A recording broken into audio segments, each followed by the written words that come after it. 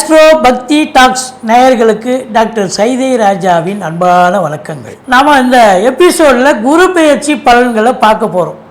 இந்த உலகமே ரொம்ப சந்தோஷமாக எதிர்பார்த்து காத்துட்ருக்காங்க. ஏன்னா சனி பெயர்ச்சின்னா சில பேருக்கு பயம் வந்துடுது. ஆனால் குரு பெயர்ச்சின்னா கண்டிப்பாக ரொம்ப சந்தோஷம் அடைகிறாங்க. ஐயா, எனக்கு குரு எந்த ராசிக்கு எங்கே வராரு, நல்லது செய்வாரா, எங்கள் பொண்ணுக்கு திருமணம் ஆகுமா அப்படிங்கிற கேள்வியெல்லாம் சந்தோஷமாக கேட்குறத பார்க்கும்பொழுது குரு பெயர்ச்சி பரவலாகவே மக்களிடையே ஒரு சந்தோஷத்தையும் ஒரு நல்ல எண்ணத்தையும் ஏற்படுத்துகிறது அப்படின்னு சொல்லலாம். குரு பகவான் வாக்கியப்படி பார்த்தீங்கன்னு சொன்னால் 11/5/2025 குரு பெயர்ச்சி நடக்க இருக்கிறது. இந்த குருவானவர் ரிஷப ராசியில் இருந்து மிதுன ராசிக்கு பிரவேசம் ஆகிறார். இப்போது திருக்கணிதப்படி பார்த்தீங்கன்னு சொன்னால் 14/5/2025 இந்த ரிஷபத்திலிருந்து மிதுனத்துக்கு சஞ்சாரம் செஞ்சு பலனை தருகிறார். இந்த 12 ராசிகளுக்கும் இந்த குரு பெயர்ச்சி எப்பேற்பட்ட பலனை வழங்கப் போகிறது அப்படின்னு பார்க்கலாம் வாங்க. குரு பொறுத்தவரையும் இருக்கிற கிரகங்கள்லேயே மிகுந்த சுப கிரகம் குரு தான். குரு இல்லைன்னு சொன்னாலே இந்த 12 கட்டங்களில் 9 ராசி 9 நட்சத்திரங்களில் குருன்னு ஒன்று இல்லாமல் போயிருந்தால் எல்லாருமே ரொம்ப அவதிப்பட வேண்டியிருக்கும். பாருங்கள், குரு இருக்கும்பொழுது இருக்கிற இடம் பார்க்குற இடம்லாம் சிறப்புன்னு சொல்லுவோம். ஆனால் அதுக்கே நம்ம எல்லாரும் அப்பப்போ கஷ்டப்பட்டுட்டு இருக்கிறத நம்ம தெரிவிக்கிறோம். அப்போது குரு இல்லாமல் இருந்தால் எப்படி இருந்திருக்கும் பார்த்துங்க, உலகமே சந்தித்து போயிருக்கும். குருவானவர் இருக்கிறதுலையே மிகுந்த சுபகிரகம். ஆனால் அதே குருவானவர் எல்லா லக்னங்களுக்கும் எல்லா ராசிக்கும் நல்லது செய்வாரான்னா அதுதான் கிடையாது. இப்போ உதாரணத்துக்கு மீன லக்னம், தனுசு லக்னம், அவங்களுக்கு ஆட்சி வீடாக இருந்த போதிலும் குரு அங்கே ஆட்சி பெற்றாலும் கூட அது கேந்திராதிபத்திய தோஷம் ஏற்பட்டு பிரச்சனையே தருகிறார். இப்போது மிதுன லக்னம், கன்னி லக்னத்தில் பிறந்தவர்களுக்கு பார்த்தீங்கன்னாக்கா பாதகாதிபதி என்ற ஒரு நிலையை அடைகிறார். அதனால் உங்களை பொறுத்தவரையிலையும் இந்த 4 லக்னங்களுக்கும் குருவானவர் பாதகத்தை செய்கிறார். ராசிக்கும் அப்படி தான். லக்னத்திற்கு 100% பலனும் ராசிக்கு 50% பலனும் தாங்க. லக்னம் என்பது உயிர், ராசி என்பது உடல். இப்போ சந்திரனை வச்சு தான் நம்ம ராசி நம்ம சொல்கிறோம். அது கோச்சார ரீதியாகவும் பலனை சொல்லப்படுகிறது. ஆனால் லக்னத்தை வச்சு பார்க்கும்போது பிறப்பு சார்ட் தசாபுத்தி அடிப்படையில் நம்ம சொல்ல போகிறோம். அதே தசாபுத்தி 70% இயங்குங்க. இந்த குரு பலன், குரு பயிற்சி பலன், சனி பயிற்சி பலன், ராகு கேது பயிற்சி பலன் சொல்கிறோம் பார்த்தீங்களா, இதெல்லாம் கோச்சாரம். இந்த கோச்சாரம் என்பது ஒரு 30% மட்டுமே சாத்தியம். 70% உங்கள் தசாபுத்தி தான் இயங்கும். அந்த 70 + 30 2 கைகோத்து நின்னா தான் நீங்கள் பெரிய லெவலில் ரீச் ஆக முடியும். ஆனால் இந்த 30 உங்களுக்கு 100% ஆயிடாது. ஏன்னா குரு ஓன்னு இருக்குது, ஆன்னு இருக்குது, இப்படி சொல்கிறீங்க அப்படி சொல்கிறீங்கன்றீங்க. ஆனால் கடைசியில் ஒன்றுமே நெகட்டிவாக நடக்குதுன்னு வருத்தப்படக்கூடாது. ஏன்னா கோச்சாரம் என்பது 30%க்கு உள்ளே தான் இருக்கும். அதுதான் இங்கே இருக்கிற நிலைமை. இந்த குரு பகவானுக்கு இப்போ குரு தசை ஒருத்தருக்கு தசை ஆரம்ப தசையாக இருக்குதுன்னு சொன்னாக்கா அது ரொம்ப இதுவாகவே இருக்கும். படிக்கிற பிள்ளைங்க பாருங்கள், ஒரு 30 வயசுக்குள்ளே குரு தசை நடக்கணுங்க.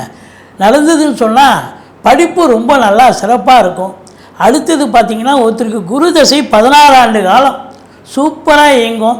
பெரும்பாலும் பார்த்திங்கன்னா இந்த துலா லக்னம், ரிஷப லக்னம், இந்த லக்னத்தில் பிறந்தவங்களுக்கும் பார்த்திங்கன்னா குரு பாவி தான். அதனால் எல்லாருக்கும் குரு நல்லது செஞ்சிட மாட்டார். மற்ற கிரகங்களை காட்டிலும் இந்த குருவுக்கு பார்வை பலம் சுபமாக இருப்பதால் 5, 7, 9 ஆகிய 3 பார்வைகளாலும் குரு பார்க்க கோடி நன்மை என்று பெரியவங்க சொல்லி கேள்விப்பட்டிருப்பீங்க. அதனால் குருவினுடைய நிலை ரொம்ப சிறப்பு. குரு பார்த்திங்கனாக்கா என்னென்ன நட்சத்திரம் இருக்குது அப்படின்னாக்கா விசாகம், புனர்பூசம், பூரட்டாதி, இந்த நட்சத்திரத்தில் குரு உட்கார்ந்த போது கூட குரு ஆட்சி பெற்றதுக்கு சமமாக நல்லதே செய்வார் அப்படின்னு ஒரு கணக்கு இருக்குங்க. குரு பொறுத்தவரையிலையும் தனித்து இருக்கக்கூடாது. ஒரு பிறப்பு ஜாதகத்திலையும் சரி, இல்லை கோச்சார ரீதியாகவும் சரி, அந்தணன் தனித்திருக்கையில் அவதிகள் மெத்த உண்டு, அந்தணன் தனித்திருக்கையில் அபகீர்த்தி மெத்த உண்டு அப்படின்னு சொல்லுவாங்க. அப்போ மற்ற கிரகங்களோடு குரு சேர்ந்து இருக்கும்பொழுது இன்னும் கொஞ்சம் பலனை, சிறப்பான பலனை அதிகப்படுத்தி தருவார் அப்படின்னு சொல்ல வேண்டிய ஒரு சூழல். மற்றபடி உங்களுக்கு இந்த குருவானவர் பாருங்கள், குரு பலன், குரு எந்தெந்த விஷயத்தில் நமக்கு நல்லது செய்கிறார் பாருங்கள். குரு ஒருத்தருக்கு திருமணத்தை பண்ணி வைக்கிறது குரு பலன் வேணும். குரு பலன் இல்லாமலும் திருமணம் ஆகும். இப்போ ஒருத்தருக்கு குரு பலன் இல்லைன்னா இன்னொருத்தருக்கு, இப்போ ஆணுக்கு குரு பலன் இல்லை, பெண்ணுக்கு குரு பலன் இருந்தால் திருமணம் நடிச்சிடும். இல்லை குரு பலனே இல்லைனாலும் உள்ள தசாபுத்தி போயிட்டுருக்கு, 7 குடியவன் தசாபுத்தி 2 குடியவன் தசாபுத்தி போயிட்டு இருந்தால் திருமணம் ஆகும். இப்போ குரு திருமணத்துக்கு முக்கிய பங்கு வகிக்கிறார், குழந்தை பாக்கியத்துக்கு முக்கிய பங்கு வகிக்கிறார். அதுக்கப்புறம் ஒருத்தருக்கு வேலை வாய்ப்புகள் கிடைக்க, ஞானம் பெற, கல்வி பெற. கல்வி என்பது புதனுடைய நிலை தான் இருந்தாலும் ஞானம், கல்வி, மற்ற வாழ்க்கையை வாழ்வாங்க வாழ்க்கை, அதாவது பொருள் சேர, நகைகள் சேர, பொருளாதார ரீதியாக பெரிய லெவலில் ரீச் ஆக, இதெல்லாம் குரு பகவானுடைய அருள் கடாட்சம் இருந்தால் தான் நம்ம பெரிய லெவலுக்கு வர முடியுங்க. குரு பொறுத்த வரலையும் இப்போ குருவுக்கு நிறைய பேர் இருக்குது. அதாவது வியாழன்னு சொல்லுவாங்க, அந்தணன்னு சொல்லுவாங்க, குரு, பொன்னன், இப்படி நிறைய பெயர்கள் இருக்குது. குருவை வச்சு பார்க்கும் பொழுது ஒருத்தருக்கு நல்ல சுப பலனை, எந்த ஒரு கெட்ட கிரகமாக இருந்தாலும், அசுப கிரகமாக இருந்தாலும், அதனுடைய தசாபுத்தி நடக்குது அப்படின்னு சொன்னால், குரு சேர்ந்து இருந்தாலோ, குரு பார்த்துருந்தாலோ அந்த தீய பலன்கள் மட்டுப்படுத்தி நல்ல பலன்களை நடத்துவதற்கான வழிவகை செய்வார் இந்த குரு பகவான். அப்படி குருவுக்கு ஏகப்பட்ட ஒரு பெருமைகள் இருக்குது, ஏகப்பட்ட சிறப்புகள் இருக்குது, சொல்லிகிட்டே போகலாம். இந்த குரு இப்போ குரு பேச்சு நடக்குது இல்லைங்களா, யாரெல்லாம் எந்தெந்த கோயிலுக்கு போகலாம் அப்படிங்கிற ஒரு நிலை இருக்குதுங்க. குரு பாருங்கள், இந்த செவ்வாயினுடைய ஆதிக்கம் இருக்கிறவங்க இருக்காங்க. செவ்வாய் ஆதிக்கம் இருக்கிறவங்க மேஷம், விருச்சிகம், இவங்களுக்கெல்லாம் பார்த்தீங்கன்னாக்கா செவ்வாய் ஆதிக்கம் இருக்குது. குருவனுடைய கோயில் போனோன்னா திருச்செந்தூர் போனீங்கன்னு சொன்னால் ரொம்ப சிறப்புங்க இந்த குரு பயிற்சிக்கு. அதே நேரத்தில் இங்கே என்ன ஊர் அப்படின்னாக்கா, அந்த அரக்கோணம் போகிற அரக்கோணத்தில் இருந்து பார்த்தீங்கன்னாக்கா கோவிந்தவாடின்னு ஒரு ஊர், ரைட் சைடில் போனீங்கன்னா ஒரு குரு கோயில் இருக்குது. இந்த ஏரியாவில் இருக்கிறவங்களுக்கு இவங்களுக்கு சௌகரியம். பாண்டியில் திருவள்ளிதாயம்னு ஒரு கோயில் இருக்குது, அந்த கோயிலுக்கு போகலாம். அங்கே திருவள்ளீஸ்வரர் கோயில் அப்படின்னு சொல்கிற இதுவாக இருக்கார் அவர் பாண்டியில், அந்த கோயிலுக்கு போகலாம். மற்றபடி பார்த்திங்கன்னா திட்டை அப்படிங்கிற ஒரு இடத்துலையும் கோயில் இருக்குது. அந்த இப்படி நீங்கள் உங்கள் அருகாமல் இருக்கிற ஒரு குரு கோயிலுக்கு போயிட்டு வாங்க. இந்த குரு பயிற்சி உங்களுக்கு சாதகமாக அமையும். வாங்க ஒவ்வொரு ராசியாக பார்க்கலாம் வாங்க. மீன ராசி, மீன லக்னத்தில் பிறந்த அன்பர்களுக்கு வணக்கம். மீன ராசியில் என்ன நட்சத்திரங்கள் இருக்குது அப்படின்னு பார்த்தீங்கன்னா, பூரட்டாதி 4ஆம் பாதம், உத்திரட்டாதி, ரேவதி நட்சத்திரம் இருக்கிறது. மீன லக்னம், மீன ராசியில் பிறந்த அன்பர்களுக்கு இந்த குரு பயிற்சி மிக மிக உன்னதமான சாதனை புரியக்கூடிய ஒரு ஆண்டாக அமைய எல்லாம் வல்ல இறைவனை பிரார்த்திக்கிறோம். வாங்க ராசிக்குள் போகலாம். மீன லக்னம், மீன ராசிக்கு அதிபதியே குரு தான்.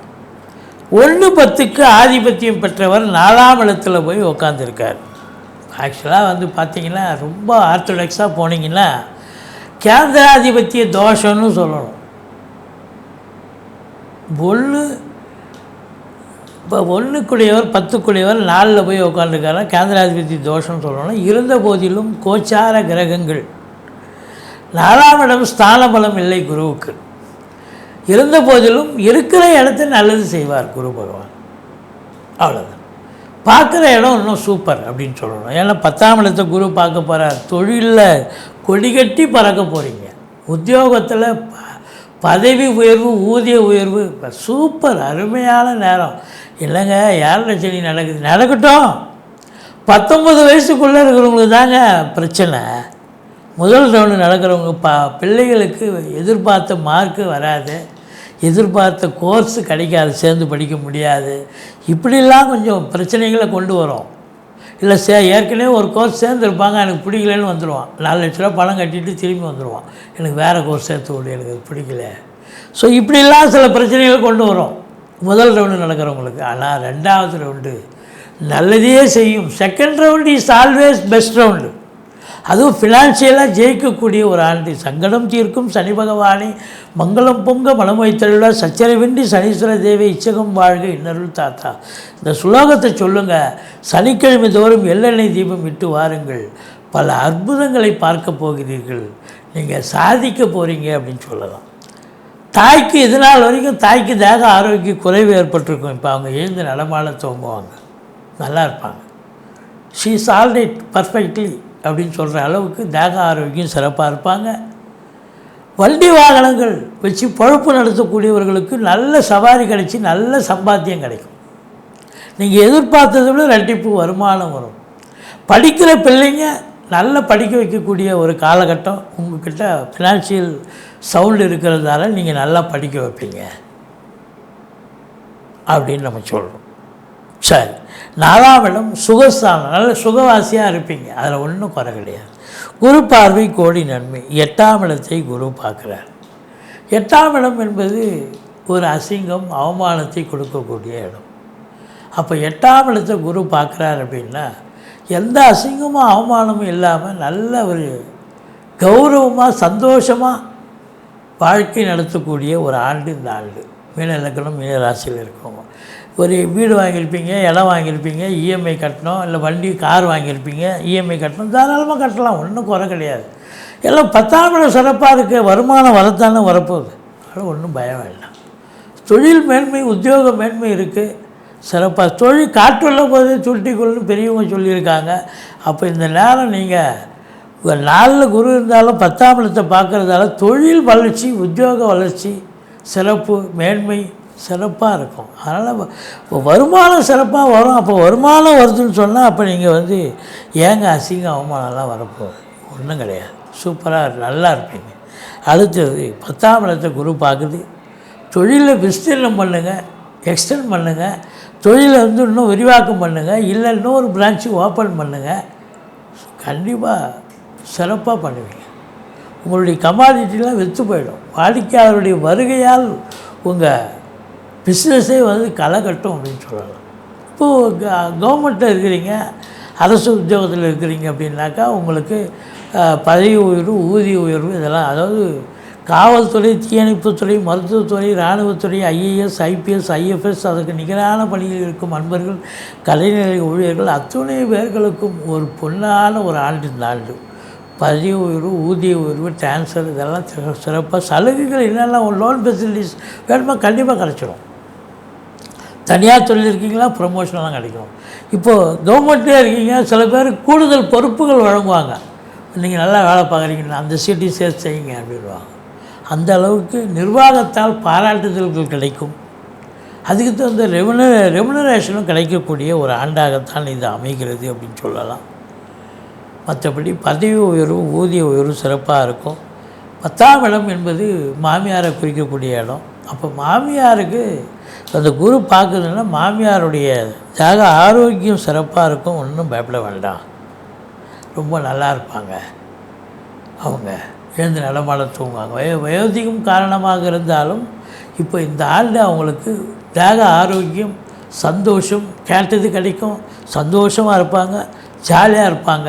அப்படின்னு சந்தோஷமாக இருக்கிற மனசில் தெம்பு வந்தாலே போதுங்க, சந்தோஷம் தானாக வந்துடும் வயசான காலத்துலேயும் அப்படின்னு சொல்லணும்.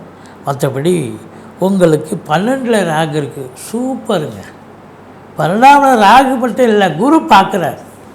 அப்போது வெளிநாடு போகணும், ஆன்சைட் ஆப்பர்ச்சுனிட்டிக்காக காத்திருக்கிற பிள்ளைகள், உயர்கல்விக்காக போகிறீங்க, இல்லை உத்தியோகத்துக்காக போகிறீங்க, இல்லை சொந்த தொழிலுக்காக போகிறீங்க, எதுக்கு போனாலும் சாதிக்க போகிறீங்க, சரித்திரம் படைக்க போகிறீங்க, சந்தோஷமாக இருக்க போகிறீங்க. அந்நிய பொருளாதாரம் வீடு தேடி வரப்போகிறது. இம்போர்ட்டிங் எக்ஸ்போர்ட், உள்நாட்டு வாணிபம் வெளிநாட்டு வாணிபம், ஏற்றுமதி இறக்குமதியாளர்கள், ஷேர் மார்க்கெட்டில் இன்வெஸ்ட் பண்ணுறவங்க, ஸ்பெக்குலேஷன் பண்ணுறவங்க, ஆன்லைன் பிஸ்னஸ் பண்ணுறவங்க, இவங்களுக்கெல்லாம் சிறப்பான காலம். வெளிநாட்டில் இருக்கிறவங்க இன்னொரு வேலை ஒரு நாட்டுக்கு போய் சம்பாதிக்கக்கூடிய ஒரு நிலை வரும். Laptop, computer, electronical goods, production and sales and service பண்ணக்கூடியவர்கள், கம்ப்யூட்டர் சென்டர், நெட் சென்டர் வச்சுருக்கிறவங்களுக்கெல்லாம் ஒரு பொற்காலங்க. அற்புதமாக இருப்பீங்க, சாதிக்க போகிறீங்க. இப்போ சனி 3ஆம் இடத்தை பார்க்குறார். இளைய சகோதர சகோதரிகளுக்கும் உங்களுக்கும் ஆகாது. இல்லை அவங்களுக்கு தேக ஆரோக்கிய குறைவு ஏற்பட்டு கொஞ்சம் மனஸ்தாபம் இருக்கும். எடுக்கிற காரியம் கொஞ்சம் ஃபஸ்ட் அட்டெம்ப்ட் ஃபெயிலியர் ஆகும். ஆனால் அடுத்ததில் சாதிக்க போகிறீங்கன்னு சொல்லலாம். கம்யூனிகேஷன் பாவத்தில் இருக்கிறவங்க கொஞ்சம் விழிப்புணர்ச்சியாக இருக்கணும். மற்றபடி குறுகிய தூர பயணத்தால் நல்லது நடக்காது. குறுகிய தூர பயணத்தை அவாய்ட் பண்ணுங்கள். மற்றபடி 7ஆம் பார்வையாக 7ஆம் இடத்தை சனி பார்க்குறதால இல்லாதான் குடும்பத்துலலாம் உங்களுக்கு தொழில் நல்லா இருக்க போது, நல்ல சம்பாத்தியம் இருக்க போதுன்னு நம்ம சொல்லணும். தேனாறு பாலாறு வீட்டில் ஓடினாலும் கணவன் மனைவியிடையே கருத்து வேறுபாடு வரும். விட்டு கொடுத்து போங்க. விட்டு கொடுத்து போனீங்கன்னா தான் வாழ்க்கை சிறப்பாக இருக்கும். இல்லை அப்படின்னு சொன்னால் நீங்கள் பிரச்சனைகளை சந்திக்கக்கூடிய ஒரு நிலை. கணவன் மனைவி விட்டு கொடுத்து போங்க. நண்பர்கள்கிட்ட விட்டு கொடுத்து போங்க. கூட்டுத்தொழில் செய்கிற இடத்துல கூட்டாளிகளுக்கும் உங்களுக்கும் பிரச்சனை வரும். சமூகத்தில் உங்களை பார்த்த உடனே ஒரு தில்ஸாக பார்ப்பாங்க. இதனால் வரைக்கும் முகமலர்ந்து வரவேற்றவர்கள் அவங்க திடீர்னு உங்களை பார்த்த உடனே மூஞ்சி கழுத்து வச்சு மூஞ்சி திருப்பிப்பாங்க. ஏன் இதெல்லாம் நடக்குது உங்களுக்கே புரியாது. காரணம் கிரகங்கள். அதனால் எச்சரிக்கையாக இருங்க. இப்போ சென்றமிடமெல்லாம் சிறப்புன்னு சொல்கிறதெல்லாம் தாண்டி இப்போ சென்றமிடமெல்லாம் வெறுப்புன்ற மாதிரி ஆகிடும். யாரை பார்த்தாலும் மூஞ்சி தூக்கிறாங்கப்பா, நான் என்னவோ பண்ணுறது. கொஞ்சம் நீங்கள் ரெடிமேட் பிள்ளைங்க வரவழைத்து கொண்டு கொஞ்சம் சுதாரிப்பாக சோதனமாக நடந்துக்கிட்டீங்கன்னு சொன்னால் பிரச்சனை இல்லாமல் காரியத்தை சக்ஸஸ் பண்ணலைன்னா கூட ஓரளவுக்கு ஃபெயிலியர் இல்லாமல் கொண்டு வரலாம். அதுதான் உங்களுக்கு நிலைமை. மற்றபடி உங்களை பொறுத்த வரலையும் 12ல் ராகு இருக்கிறது. அந்நிய பொருளாதாரம் வீடு தேடி வரப்போகிறது. நீங்களோ உங்கள் மனைவியோ வெளிநாடு போக வேண்டிய சூழ்நிலை வரும். உங்கள் பசங்களோ உங்கள் உறவினர்களோ வெளிநாட்டில் இருப்பாங்க. நான் போயிட்டு வரேங்க, டூர் மாதிரி போயிட்டு வரேன், இல்லை ஜாலியாக போயிட்டு வருவீங்க. அமெரிக்காவில் இருக்காங்க, ஜப்பானில் இருக்காங்க, ஸ்விஸ்ஸில் இருக்காங்கன்னா போயிட்டு ஜாலியாக போயிட்டு ஒரு மாதம் 2 மாதம் ஜாலியாக டூர் மாதிரி போயிட்டு வரக்கூடிய, இல்லை ஆன்மீக பயணம் கூட போக வேண்டிய சூழ்நிலை ஒரு சிலருக்கு அமையும். எது எப்படி இருந்தாலும் அது செலவினங்கள் ஏற்படுத்தினாலும் சுப செலவுகள் தான் ஏற்படுத்தக்கூடிய நிலை. சந்தோஷமாக இருக்க போகிறீங்க. அந்த ட்ரிப்பால் ஆத்ம திருப்தியும் கிடைக்க போகுது, சந்தோஷமாக இருக்க போகுது அப்படின்னு சொல்லணும். மொத்தத்தில் இந்த மீனராசியில் பிறந்த அன்பர்களுக்கு 19 வயசுக்குள்ளே இருக்கிறவங்களுக்கு தாங்க அது கொஞ்சம் பிரச்சனை. 19 வயசுக்கு மேலே இருக்கிறவங்க சாதிக்க போகிறீங்க, சரித்திரம் படைக்க போகிறீங்கன்னு சொல்லணும். பொன்னான ஒரு ஆண்டுங்க, சூப்பரான ஆண்டு. தொழிலில் வளர்ச்சி, மேன்மை, உத்தியோக வளர்ச்சி, சிறப்பு எல்லாம் இருக்கும். மற்றபடி உங்களை பொறுத்த வரலையும் திடீர்னு அதிர்ஷ்ட வாய்ப்புகள் தேடி வரும். வரா கடன்கள் வசூலாகும். இன்சூரன்ஸ் பணம் கிளைம் ஆகி கைக்கு வரக்கூடிய காலகட்டம். வாரிசே இல்லாத குடும்பங்களுக்கு உங்களை வாரிசாக நியமித்து அவங்களுடைய சொத்து பத்து நகரிட்டு லிக்விட் கேஷ் உங்கள் பேருக்கு மாற்றி எழுதக்கூடிய விபரீத ராஜயோகம் நடக்கும். 7க்குடையவர் 7க்கு 2ஆம் இடம் 8ஆம் இடமாக குரு பார்வையில் இருக்கிறதால மனைவியால் யோக பாக்கியங்கள், அதாவது வாழ்க்கை துணை அல்லது மனைவியால் ஒன்று அவங்களுக்கு ப்ரமோஷன் கிடைக்கும், இல்லை அவங்க அவங்க பிறந்த வீட்டிலேருந்து லிக்விட் கேஷோ ஜுவல்ஸோ கொண்டு வரக்கூடிய ஒரு சூழல் ஏற்படும்.